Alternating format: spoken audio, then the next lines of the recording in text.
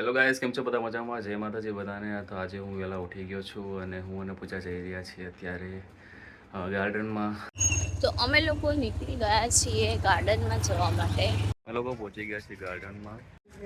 તમે જોઈ શકો છો કે અહીંયા બહુ જ બધા બાઈકો છે અને બહુ જ બધા લોકો સવારે અહીંયા એક્સરસાઇઝ કરવા માટે અને યોગા કરવા માટે આવે છે. તો અમે લોકો પહોંચી ગયા છે ગાર્ડનમાં અને શુભમ કહે છે કે મારે જવું છે દોડવા માટે. મેં કહું વાંધો નહીં, તું એક રાઉન્ડ દોડીને મારીએ ત્યાં સુધી હું અહીંયા ઊભી છું, પછી અમે મારીશું.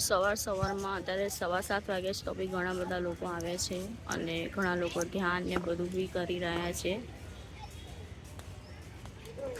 જોઈ શકો છો. છે દોડીને આવી રહ્યો છે, હું તમને બતાવું છું. તો દૂરથી ગ્રીન કલરની ટી શર્ટ પહેરી શુભમ છે અને તે દોડીને આવી ગયો છે અને એનો ફર્સ્ટ રાઉન્ડ પૂરો થઈ ગયો છે. પહોંચી ગયો શુભમ. કેમનું રહ્યું? અને આગળ જાય છે. 2 રાઉન્ડ રનિંગ કરી દીધી છે પણ બહુ થાક લાગ્યો છે. જોઈ શકો છો અહીંયા બધા લોકો વોલીબોલ પણ રમે છે. તો હવે મેં પણ ચાલવાનું સ્ટાર્ટ કરી દીધું છે, કારણ કે આપણે એટલું બધું દોડાય તો નહીં અત્યારે, એટલે જોઈએ કેટલા રાઉન્ડ મરાય છે આજે.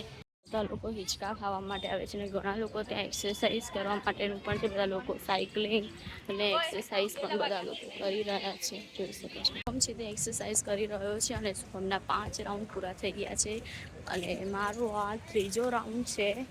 એટલે હવે 3જો રાઉન્ડ પૂરો થઈ જાય પછી હું પણ થોડીક એક્સરસાઇઝ કરીશ. અને આજે બહુ જ મજા આવી. ઘણા દિવસથી વિચારતા હતા કે જવું છે પણ આજે ફાઇનલી મેળ પડી ગયો છે. મારા રાઉન્ડ ફિનિશ થઈ ગયા છે અને શુભમ છે તે એક્સરસાઇઝ કરી રહ્યો છે, તમને બતાવું છું. શુભમ છે તે એક્સરસાઇઝ કરી રહ્યો છે અને અહીંયા ઘણા બધા લોકો પણ એક્સરસાઇઝ કરી રહ્યા છે. તો મારા રનિંગના 5 રાઉન્ડ પૂરા થઈ ગયા છે અને મેં એક્સરસાઇઝ પણ કરી દીધી છે, પણ હજી પૂજાને યોગા અને મેડિટેશન બાકી છે અને પૂજા તે મેડિટેશન કરી રહી છે, જે હું તમને દેખાડીશ. જોઈ શકો છો કે પૂજા જે છે તે મેડિટેશન કરી રહી છે.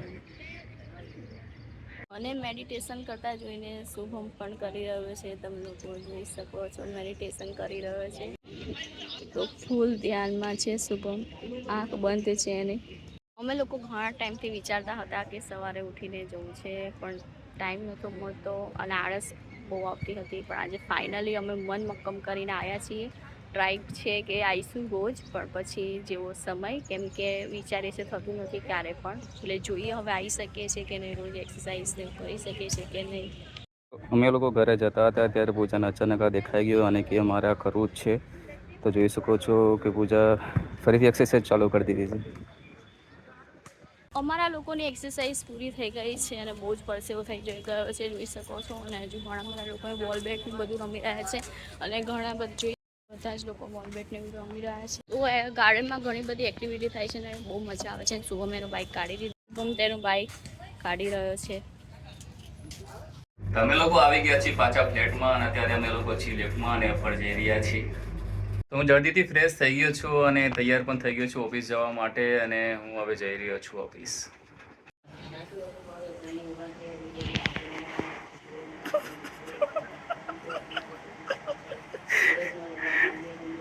હું એક્સરસાઇઝ કરીને આવી ગયો, હજી તો આ જો તો ઊંઘમાં છે. આજે અમારા ઘર આવ્યા છે ફુવા. આજે અમારે ત્યાં જમવામાં છે કેરીનો રસ છે, ખમણ છે, બટેકાનું શાક છે અને રોટલી છે. ફુવા મજામાં ને? જમવાનું બરાબર છે ને? સારું. બધા લોકો જમી રહ્યા છે. તો અત્યારે ફુવા ને એ લોકો જમવા બેઠા છે અને પછી અમે લોકો જમીશું. શું કરે છે શુભમ? શું કરે છે એટલે રસથી? મેચ ચાલુ છે જોરદાર. તો શું થઈ ગયું? મેચ છે તો એવો સૂર્યવંશી ઓળખે ના. 15 વર્ષનો છોકરો છે, 15 થી 16 વર્ષનો, બધાને ધોઈ નાખ્યા છે. બરાબર. એકલો રમેશ, બોલ, વિચાર કર. બરાબર. આપણે મમ્મી ભાઈ જઈને જોઈએ કે મમ્મી શું કરી રહી છે. શું કરે છે મમ્મી? તું શું કરે છે તું આ બધું અત્યારે? સાફસુફી ત્યાં શું ખવડાવે? પેટ ફૂલ પેટ થઈ ગયું છે.